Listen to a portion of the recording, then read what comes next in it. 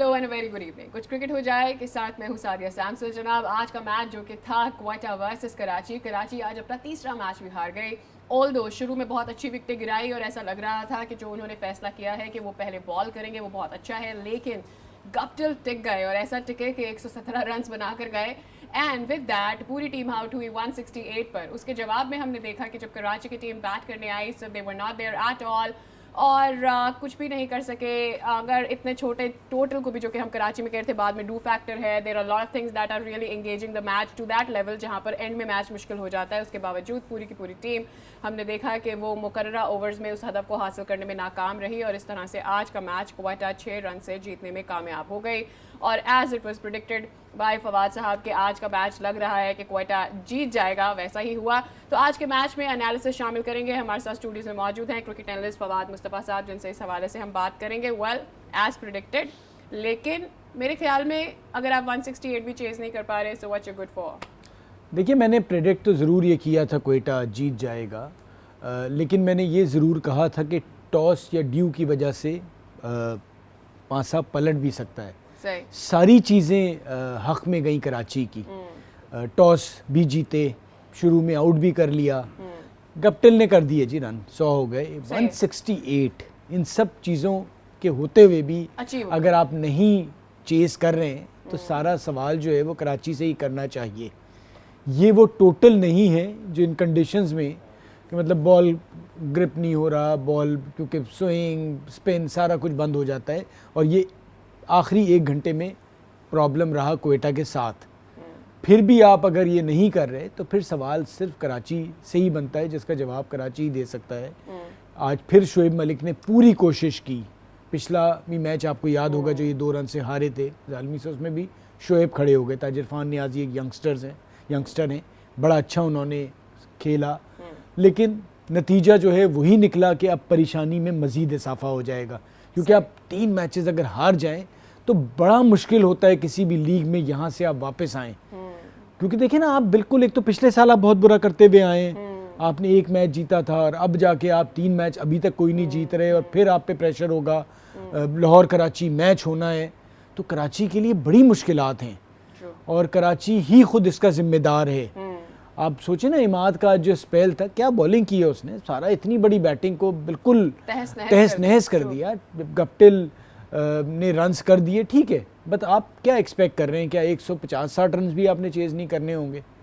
तो ये बड़ी अच्छा, एक आज मौका शर्जील ने दे भी दिया। वेल, हम हमेशा देखते हैं कि आप कभी भी किसी बड़े बैट्समैन को अगर मौका दे देते हैं, वो भी ऑलरेडी जब उसकी सेट पोजीशन हो, 60 मेरे ख्याल में 61 स्कोर किया था मार्टिन ने जब शर्जील ने उनका कैच ड्रॉप किया था। एंड ही ड्रॉप क्या किया था, ही was not ready for that catch at all, और उसके बाद ही स्कोर्ड 117। वरना मेरे ख्याल में वहाँ से तकरीबन ड्रॉप था क्वेटा का, वो ड्रॉप था। उसके बाद से जो वो वापस आए Guptill, then he didn't look back at all. तो मेरे ख्याल में वो भी बहुत अहम था कि वो कैच ड्रॉप हो गया, बट कंसिडरिंग कि वो जो हो गया सो हो गया, उसके बावजूद इफ़ यू कुडंट, मेरे ख्याल में ये वो मोमेंट्स हैं जो शर्जील की जानिब से कैच ड्रॉप हुआ था। Let's our viewer have a look at it. या he was not ready for this catch at all. लेकिन इसके अलावा भी मुझे ऐसा लगता है कि 168 ऑब्वियसली ऐसा टोटल नहीं था जो कराची अचीव नहीं कर सकते थे। और फिर इस बैटिंग लाइन के साथ probably it's about the time कि बैटर्स को भी सोचना होगा कि वो क्या कर रहे हैं विद दैट। मतलब अब देखें, किसी एक प्लेयर को अपना रोल अदा करना होता है। Shoaib did the last time, Shoaib did this time as well, but बाकी क्या है? अगर आपको कहीं इमाद नज़र आते हैं, कहीं आपको शुएब नज़र आते हैं, ये 2 ही प्लेयर्स मुझे नज़र आ रहे हैं, कभी बैट एंड कभी बॉल के साथ। तो बाकी प्लेयर्स कहाँ हैं कराची के? फिर यही तो एक ज़्यादती मैं कहूँगा कि आपकी बैटिंग क्लिक नहीं कर रही, परफॉर्म नहीं कर रही। इस पे क्या कहा जा सकता है? देखिए, मेन चीज़ जो होती है ना, जब आप ड्राफ्ट करते हैं ना, मैं इसीलिए पिछले साल भी बात हो रही थी, उस वक्त जो आपकी सिलेक्शन होती है ना, वो बताती है कि आपकी टीम कहाँ जाएगी। विंस को आपने सेलेक्ट किया, विंस ने पहले भी पीएसएल में कुछ अच्छा नहीं परफॉर्म किया था। वेड आपका एक अच्छी इनिंग्स अगेंस्ट पाकिस्तान T20 में शाहीन के ऊपर आपने उन्हें ले लिया। वेट का एसेस तो आपने इन कंडीशंस में देखा है ना कि इस तरह से वो आके आपको जिता देगा। तो ये जो आपकी पिक्स थी फॉरेन, उनमें तो अभी तक कोई इस तरह की परफॉर्मेंस नहीं आ और रही। इन पिक्स के अलावा शर्जील भी, शर्जील पिछला मैच में उन्होंने थोड़ा सा किया, अभी नहीं किया, पहले नहीं किया। वो भी हैदर भी एक इनिंग्स खेले। मसला सारा ये है कि अगर आपकी बैटिंग नहीं परफॉर्म करेगी और 5वें 6ठे नंबर से आप एक्सपेक्ट करेंगे कि आपको मैच जितवाए, तो एक आध मैच तो आप जीत जाते हैं, लेकिन आसान नहीं होता। अच्छा, शर्जील जिस किस्म के प्लेयर हैं, उनका ये होता है कि आप अगर 10 मैच खिला रहे हैं तो 2 से 3 मैचेस में वो बड़ी इनिंग खेलेंगे। ये मैं आपको बता दूं, चाहे वो शर्जील हो, इमरान नज़ीर हो, शाहिद आफरीदी। बाकी जो मिडिल ऑर्डर उनके गिर्द जो प्लेयर घूमते हैं, उन्होंने जो काम शुएब देर से आके कर रहे हैं ना, वो 4थे नंबर से स्टार्ट हो जाना चाहिए था, वो नहीं हो रहा। लेकिन उसके लिए भी शर्जील को स्टे करना पड़ेगा। You have to kind of at least stay. हो ये रहा है अभी, मुझे ऐसा लग रहा है जो शर्जील के लेवल पर गेम हो रहा है, शर्जील ऑब्वियसली अपना गेम प्ले करते हैं, and most of the openers हमारी पाकिस्तानी साइड पर हमने यही देखा है कि वो अपना गेम सेट करते हैं और उनके अराउंड प्लेयर्स जो हैं अपना जो भी टारगेट होता है वो अचीव करके जाते रहते हैं, नया प्लेयर आता रहता है। But what is happening over here with Sharjeel is कि वो जो उतना लिमिटेड पूरी टीम को एक बैकबोन स्कोर चाहिए होता है, मेरे ख्याल में वो उसके लिए भी नहीं रुक पा रहे हैं। और फिर आके फिर हैदर की भी वो जॉब है, हैदर भी only could do it in 1 match only, तो फिर नीचे वाले प्लेयर्स के ऊपर बहुत ज़्यादा इसका जो है ना वो बोझ पड़ जाता है। अच्छा, एक चीज़ मैं आपको ज़रूर बताऊं जो क्रिकेट में हम देखते आए हैं और बात करते हैं ना, हमेशा जो पहले 5-10 रन पे आउट हो जाता है ना शुरू में, उस पे सवाल उतना ज़्यादा नहीं बनता जो 20 रन करके आउट होते हैं, क्योंकि जब आप 20 रन कर लेते हैं ना, फिर आप सेट हो चुके होते हैं, वहाँ से आपने आगे लेके जाना होता है। आज जो विंस थोड़ा सा बेहतर खेले थे, अगर वो आगे तक लेके जाते, जो भी सेट हो जाता है T20 में ना, उसको थोड़ा लंबा लेके जाना चाहिए। आप बाकियों को नहीं छोड़ सकते, लेकिन जो थोड़ा सा लंबा खेल गए फिर उन्हें पूरा, शोएब क्या करता है, हल्के हल्के हल्के और लेके जाते हैं। But at the end of the day अगर आप मैच फिनिश नहीं करते, मैच हार जाते हैं, तो वो इनिंग्स ज़रूर आपकी तारीफ बनेगी, लेकिन वो आखिर at the end of the day वो इनिंग्स काउंट नहीं होती। आप जितनी भी अच्छी खेलें और आपकी टीम आगे नहीं बढ़ रही, तो उस इनिंग्स का, अच्छी इनिंग्स तो है बट वो फ़ायदा टीम को नहीं पहुंच रहा। मैच विनिंग इनिंग्स की ज़रूरत है। उस दिन भी 2 रन से हार गए तो हार गए, तो जब कराची जीतेगी तो आगे बात बनेगी ना। इनिंग्स, इंडिविजुअल इनिंग्स, मैं वही कह रहा था कल भी, मैंने जब बात हो रही थी, आप बाकी प्लेयर्स की तारीफ़ें कर रहे थे, बड़ा अच्छा किया 40 पे, भाई मैच जितवाने वाली इनिंग्स जो होती है ना, और मेरे ख्याल में बात ही अलग होती है। विंस की जो ये आज की इनिंग्स थी जो उन्होंने 22 रन स्कोर किए, वो उसकी अहमियत और बढ़ जाती अगर he would have gained a few more runs, क्योंकि एंड में क्या था, 1 गेंद, 2 गेंद, 3 गेंद जिससे फ़र्क पड़ा। सो अगर वो थोड़ा सा और स्टे कर पाते तो शुएब मलिक के पास ज़्यादा चांस होता to play his game a little more freely मेरे ख्याल में। हालांकि वो अभी भी बहुत अच्छा खेले ऑब्वियसली, लेकिन जो बाद का प्लेयर है उसके ऊपर जिम्मेदारी इतनी ज़्यादा बढ़ जाती है लिमिटेड ओवर्स के अंदर कि वो, उसका काम बेसिकली हिट करना होता है। अब वो स्टे करेगा या हिट करेगा, दोनों चीज़ें तो नहीं वो कर सकता। वो ही मेरे ख्याल में Shoaib Malik was ट्रेमेंडस and extra ordinary today कि वो यहाँ 71 तक लेकर आ गए, लेकिन at the end of the game जिसका भी T20 में जो सबसे अहम बात तो यही है ना कि जिसका जो रोल है वो उसे करेगा तो आप अपना टारगेट अचीव करेंगे। अब अगर सादिया दूसरी तरफ आप देखें तो उस गीले बॉल से हसनैन ने, नसीम ने जिस तरह से बॉलिंग की, गेंदें कराई हैं, बहुत मुश्किल थी। लास्ट ओवर में पता चल गया ना कि जब मार पड़ रही थी तो वो रन्स भी कम लग रहे थे, लग रहा था वो 24 भी हो जाएंगे, तो उनको बहुत ज़्यादा उनकी तारीफ बनती है कि उन्होंने ये मैच अपनी टीम को जितवा दिया।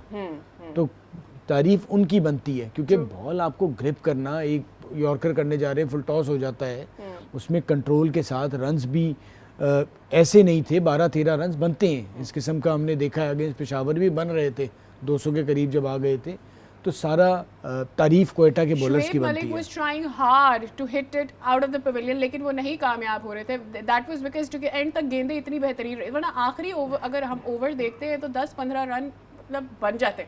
बिल्कुल 24 बनने के करीब ही हो गए थे ना। एग्जैक्टली। तो आप, मेरे ख्याल में ये भी मेरे ख्याल में इसके लिए बहुत जिगर चाहिए था। एट द एंड ऑफ, देखिए एक बड़ी अहम बात जो है वो ये भी है ना कि 168 क्वेटा ने बना दिए, अब मुश्किल भी उन्हीं के बॉलर्स के लिए थी Yes. क्योंकि दे वर चेजिंग अ टारगेट जो कि इस कंडीशन के अंदर बहुत ज़्यादा अचीवेबल था। बिल्कुल। तो मेरे ख्याल में तो उन्होंने जो है ना मुश्किल कर दिया कराची वालों के लिए, बट कराची वाले तमाम तर सिनेरियो उनके फेवर में जा रहे हैं के बावजूद, और मेरे ख्याल में ये दूसरी बार होने जा रहे हैं। वी सेड कि मेरे ख्याल में किस्मत की देवी तो उनको ये मैच जिताना चाह रही थी, लेकिन कराची वाले खुद ही ये मैच नहीं जीतना चाहिए। So first match they were not good, second match they did come back, लेकिन तीसरे मैच में फिर लूजिंग।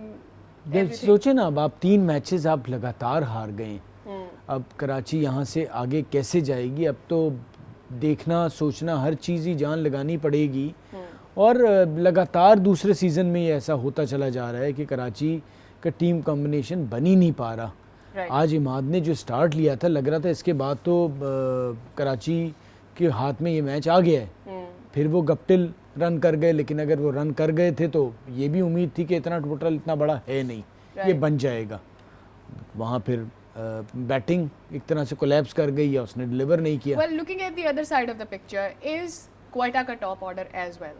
क्वेटा से जेसन रॉय, पंकज, उमर अकमल, तो मेरे ख्याल में अब इनको सोचना होगा कि इन्होंने क्या, क्योंकि ये मेरे ख्याल में दूसरा मैच है कि हमने इन बैट्समैन को कोलैप्स करते हुए देखा है। पहले फास्ट बॉलर के अगेंस्ट हुआ था, आज इमाद वसीम के, तो ये सवाल तो बहुत ज्यादा उठता है कि आज गप्टिल ने इज्जत बचा ली क्वेटा की भी, वरना मेरे ख्याल में जिस स्कोर पे वो लोग वही लग रहा था कि पिछले मैच की तरह कहीं 110-15 पे आउट ना हो जाए। हाँ एग्जैक्टली, बिल्कुल वन साइडेड मैच होने जा रहा था अगर गप्टिल भी स्कोर ना करते। सो प्रॉबेबली आगे वाले मैचेस के लिए हम क्वेटा को भी सोचना होगा कि भाई ऊपर वाले क्या कर रहे हैं। जेसन हैं, फिर पंकज हैं, उमर अकमल हैं। सादे जीत जो है ना वो आपको कॉन्फिडेंस ज़रूर देती है। सही, एक जीत से आपको कॉन्फिडेंस ज़रूर मिलता है, लेकिन कतई तौर पे इसका मतलब ये नहीं है कि ये स्कोर कार्ड जो है वो बता रहा है कि जी कि आप बेहतर हो गए।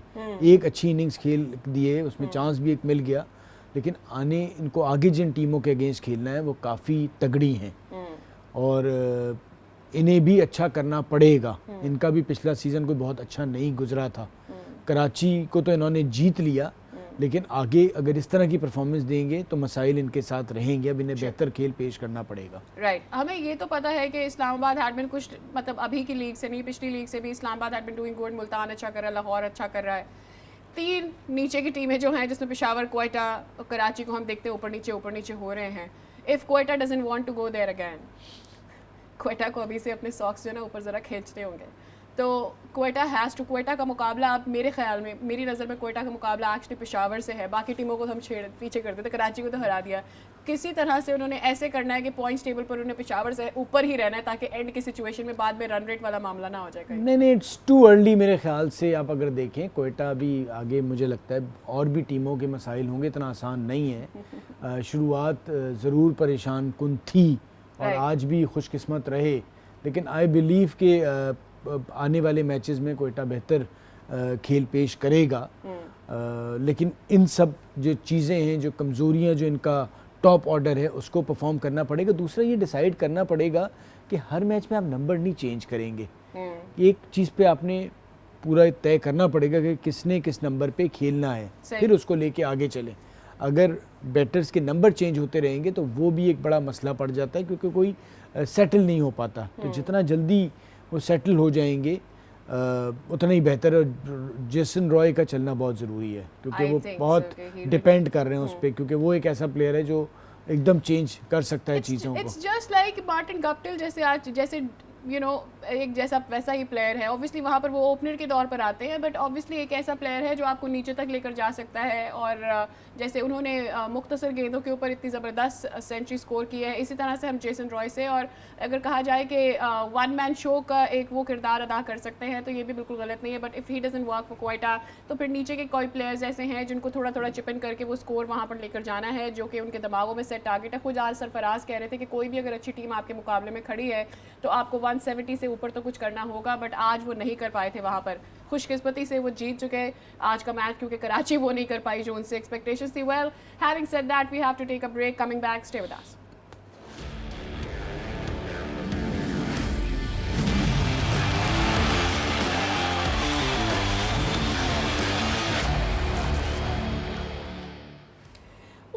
बैक अगेन जनाब। तो मैचेस आगे होते चले जा रहे हैं। Almost it's been 7 days of this league that has started और मज़ा अब आना शुरू हो जाएगा। मुझे ऐसा लग रहा है कि सारी टीमों को अब सेटल होने का मौका मिल गया है।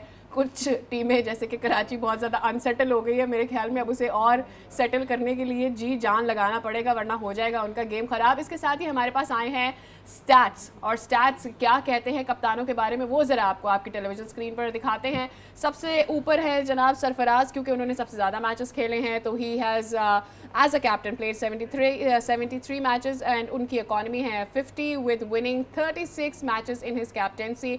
और अगर स्टैट्स के हवाले से ऊपर देखें तो 57 की इकॉनमी के साथ है डर्न सेमी, जिन्होंने 39 मैचेस खेले हैं और 22 मैचेस उन्होंने अपनी कप्तानी में अपनी टीम को जितवाए हैं। और उनके बाद आ जाते हैं शादाब। तो फवाद, आपने भी देखे हैं ये सारे stats. Who do you think as a captain overall आपको लगा कि ये बेहतरीन कैप्टन था वैसे पीएसएल के लिए?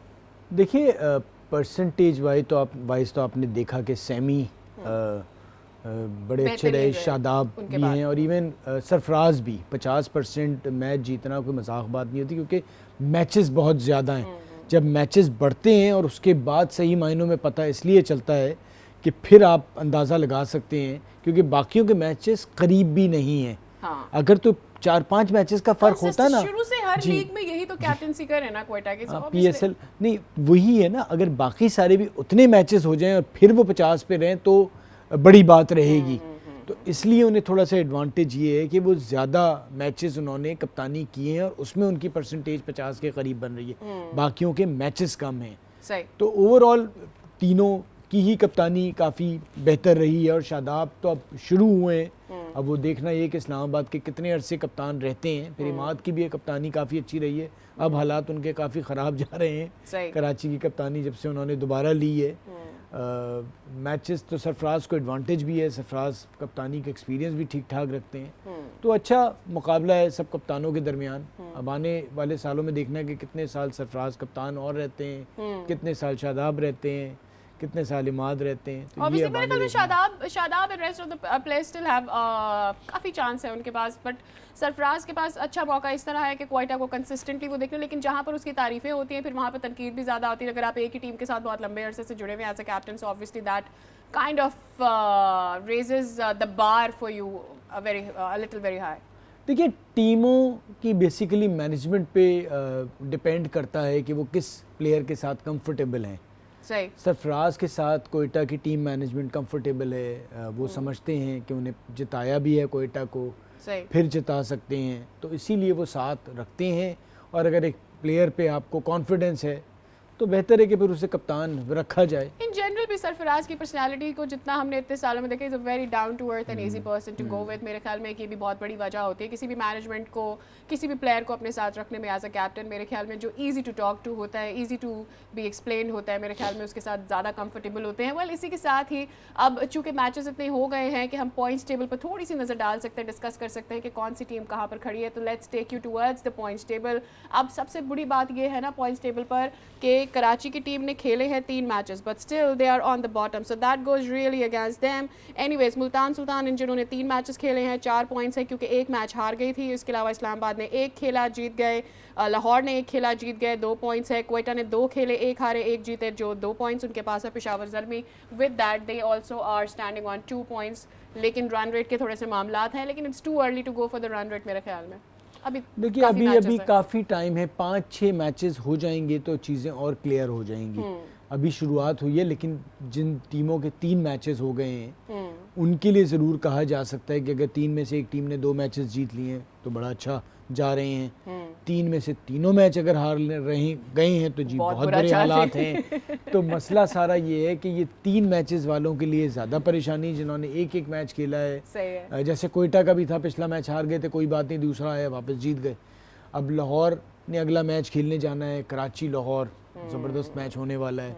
और कराची इस हार के साथ लाहौर के अगेंस्ट खेलने जा रहा है तो अच्छा, आपको नहीं लगता बर्डन बहुत ज़्यादा है कंसेक्यूटिव मैचेस खेलना, और वो भी ड्यू, आपको भी पता है कि ड्यू जहाँ पर ज़्यादा होता है वहाँ इंजरी के चांसेस, अगर आप स्लिप नहीं भी होते, कुछ भी नहीं होते, तो क्रैम्प्स एंड ऑल से ये सारी चीज़ें भी हो जाती हैं, जो कि obviously part and parcel of the game तो है, लेकिन एक फैक्ट है, स्टैंड करता है और उससे अफेक्ट पड़ता है जो स्केड्यूल है, डू यू फील उसके अंदर और गैप होना चाहिए था? आप पेशावर को भी खिलाया है यहाँ से आपने, आई मीन क्वेटा को भी आज खिला लिया आपने, तो थोड़ा सा कराची को और किसी टीम के साथ भी खिलाया जा सकता है। मसला सारा ये है कि होम ग्राउंड पे आप होम क्राउड के अगेंस्ट खेलना चाह रहे हैं, तो फिर मुल्तान को भी आप देखें ज़्यादा मैचेस, तो कराची को खेलना चाह रहे हैं, फिर लाहौर अपने ग्राउंड में जाके मैचेस खेलेगा, इस्लामाबाद पिंडी में जाके खेलेगा। हाँ, और तो आप अपने मैचेस आपने यहाँ खेलने, तो इसी वजह से उनको वहाँ एकदम से मैचेस ज़्यादा मिलेंगे। मुल्तान ने भी तो 3 मैचेस खेल के 2 जीते हैं ना, तो भाई आप भी 3 मैचेस खेल के लाहौर वगैरह को जाके लाहौर में एकदम से इसी तरह से मैचेस मिलेंगे। ऐसा नहीं है कि बाकी टीमों को नहीं ये मसला पड़ेगा, उन्हें भी आगे चल के होगा। लेकिन कल के 2 मैचेस बहुत इंपॉर्टेंट हैं, क्योंकि 2 मैचेस हैं और मज़ा आएगा, क्योंकि संडे होता है, लोग फ्री होते हैं और 2 मैचेस देखने का भी ज़रा मज़ा आएगा। तो हम इन मैचेस को ज़रा डिस्कस करेंगे, लेकिन इस ब्रेक के बाद stay with us.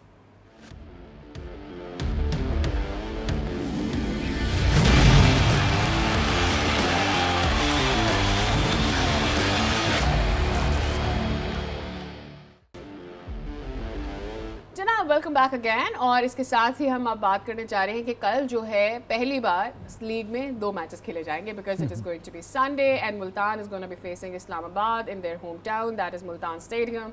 And coming back to Karachi को अब एक और मैच खेलना है, चौथा मैच। अब वक्त है कि वो वापस आ जाए इस लीग में और मुकाबला करना है उनको सख्त तरीन टीम से, दैट इज़ लाहौर। अब देखना है कि लाहौर कलंदर्स के अगेंस्ट तो क्या होगा, लेकिन पहले बात कर लेते हैं ज़रा इस्लामाबाद और मुल्तान की। तो थोड़ी सी बातचीत आज जो की गई है आज़म से, आज़म खान की बातचीत आपको सुनाते हैं, फिर हम बात करेंगे कि मैच में चांसेस क्या है। जो हारिस और रिजवान भाई का रोल है वो as a top order batter का रोल है। तो मैं, आपको पता है, यूजुअली मिडिल ऑर्डर में खेलता हूँ और एज अ फिनिशर खेलता हूँ, तो काफ़ी एक स्पेसिफिक रोल है मेरा इस क्रिकेट में। बाकी जहाँ तक कमबैक की बात है, तो अभी एज सच कोई प्लान नहीं है मेरा।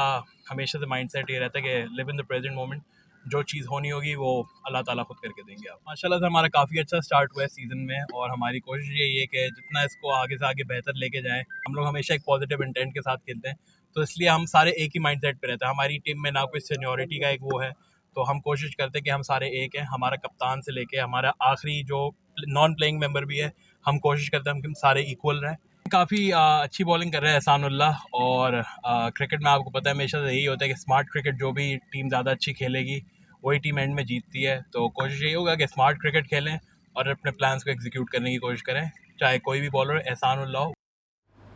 Well, that pretty much tells the story of Islamabad की जो स्ट्रैटेजी है कि सारे प्लेयर्स अपना अपना गेम, और वो मेरे ख्याल में नज़र भी आ जाता है आपको उनकी बैटिंग के अंदर। हर प्लेयर का अपना रोल है और जो आता है बस वो धनाधन शुरू हो जाता है हिट करने के लिए। ठीक है ना, यही तरीका है, जो जिसका नेचुरल खेल है उसे खेलने दिया जाए, इसीलिए रखा गया है। और इस्लामाबाद देखें, जब से PSL शुरू हुआ है बहुत अच्छा खेलता चला आ रहा है, और सबको पता है कि जब भी जो भी PSL खेला गया है उसमें हमेशा जो फेवरेट टीम्स रही हैं उसमें इस्लामाबाद शामिल रही है। उनकी हमेशा से जो ड्राफ्टिंग है, टीम सिलेक्शन है, वो अच्छी रही है।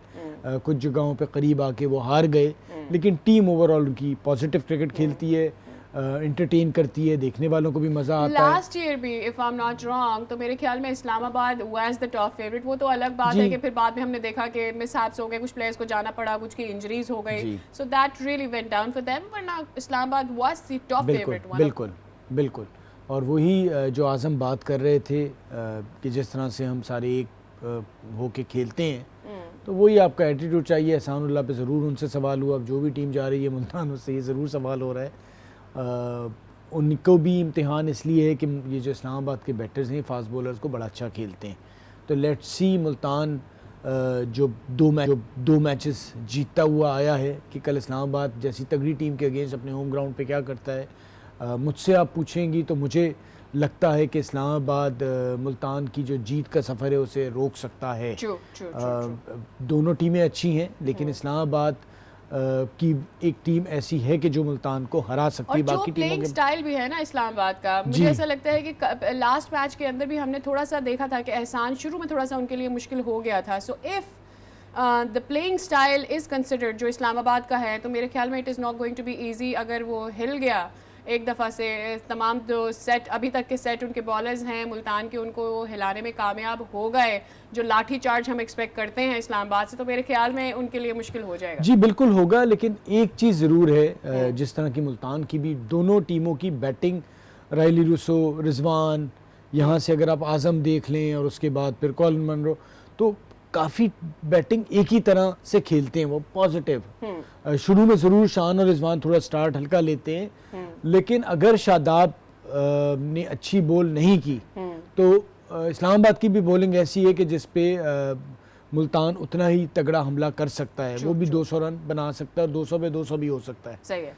क्योंकि दोनों बैटिंग ऐसी हैं, बट मुझे थोड़ा सा इस्लामाबाद फेवरेट लग रहा है। राइट, कमिंग टू कराची कौन फेवरेट लग रहा है? ख्वाहिशात ही हमारी कराची के साथ जा रही हैं, लेकिन आप मुझसे क्या, हम सारे लोग जो बैठे हुए हैं, हमें टीवी पे भी देख रहे हैं, अब ये कह सकते हैं कि कराची आप बताएं, शायद सरप्राइज दे दे। तीन मैच जिस तरह से कराची हारा है, और कोई लाहौर की तगड़ी टीम, डिफेंडिंग चैंपियन, वो एक ऐसी टीम के आगे जा रही है कि जो बिल्कुल नीचे गिरी हुई है, कॉन्फिडेंस सारे जो बैटर्स हैं उनका नीचे गिरा हुआ है। अब यहाँ पर टीम मैनेजमेंट का रोल आता है कि वो कैसे कल के इतने बड़े मैच के लिए सबको उठाते हैं।